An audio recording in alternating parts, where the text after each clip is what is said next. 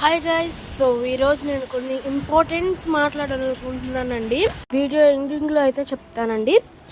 చెప్పాను కదా, ఆకులు తీయటం వల్ల చిగురు అయితే ఎట్లా వస్తుందో, చిగురుతో పాటు కొన్ని రోజులు అయితే కాయలు కూడా అంతే బాగా వస్తాయి. సన్నజాజులు అయితే ఇందాక ఎట్లా కోసేసామండి. ఈ మ్యాంగో ట్రీ కూడా పర్లేదు, కొంచెం కొంచెం మంచిగా చిగురు అయితే వస్తుంది అనమాట అండి. ఈ టమాటోలు కూడా కొంచెం కలర్ వస్తే టమాటాలు కూడా తీసేసి చెట్లు పీకేయడమే అనమాట. ఏదైతే ఇంక ఖాళీగా ఉంటుందో అది మళ్ళీ సరే పీకేసేసాములే, సారీ కాయలు పీకేసాములే అంటే మళ్ళీ చిగురు వచ్చి ఇదిగోండి ఇది పరిస్థితి. సరేలే ఇంకెండిపోయిన తర్వాత కోద్దామని ఉంచేసామన్నమాట. ఇంకా దీని పని కూడా అయిపోయినట్లే ఉంది నాకు అనిపిస్తోంది. అనుకున్నాము కానీ ఇదిగో చూసారుగా ఇట్లా వస్తున్నాయో. గోంగూర కూడా ఒక 3 daysలో వస్తుంది అనమాట మనకు. ఇదిగోండి వంకాయలు కూడా చాలా బాగా వేసినాయి ఈసారి.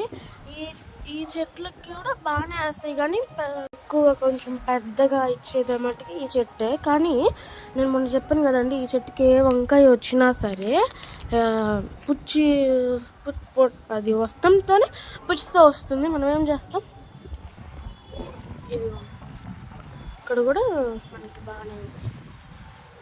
నేను పీకేసేద్దాము అని చెప్పి పీకేసాను కదా, దాని పక్కనే మళ్ళీ 2 చెట్లు వచ్చేసినాయి మనకి మంచిగా. ఇవి కూడా ఇస్తున్నాయి మళ్ళా.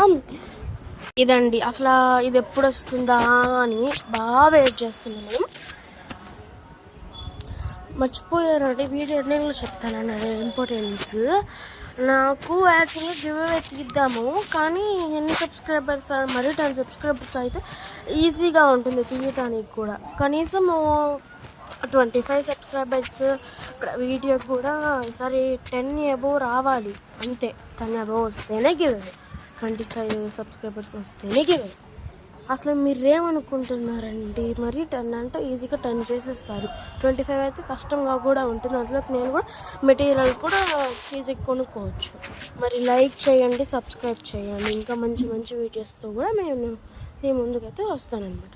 ఇదేనండి మన వీడియో. Bye bye.